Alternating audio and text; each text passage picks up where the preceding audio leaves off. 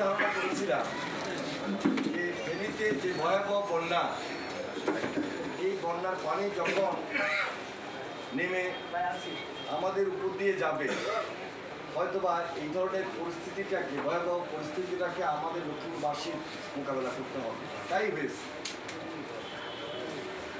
আমি গত পরশুদিন ফেনী গিয়েছিলাম।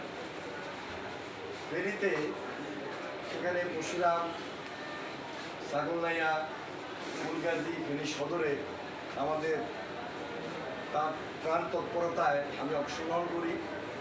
ক্ষতিগ্রস্ত পরিবারের মাঝে ত্রাণ বিতরণ করি, খাদ্য সামগ্রী বিতরণ করি, এবং কীভাবে এই যে ভয়াবহ বন্যার পরিস্থিতি আমাদের উপর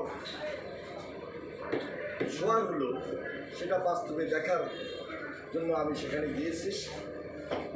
বিশেষ করে বিলোনিয়া যে বর্ডার, এই বর্ডারের পাশে প্রায় 1.5 থেকে 2 কিলোমিটার এই বাঁধটা কেটে দিয়েছে পার্শ্ববর্তী দেশ ভারত, এবং সেখানে সম্পূর্ণ পানি, কারেন্টের যে স্পিড, এত স্পিড নিয়ে ফেনীতে যখন প্রবেশ করে, একটা ভয়াবহ পরিস্থিতি ফেনীবাসীকে মোকাবেলা করতে হয়েছে, সেটা আপনারা সবাই জানেন।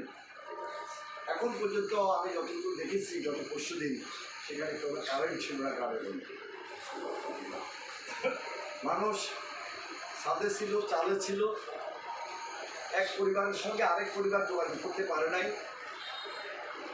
এই বন্যার ভয়াবহ পরিস্থিতি সেখানে দেখার পর আমি নিজে উপলব্ধি করেছিলাম যে কিভাবে মানুষ সেখানে যুদ্ধ করে সেখানে ছিল, এবং পানির স্রোত নোয়াখালী এবং লক্ষ্মীপুরে যখন গড়ায়,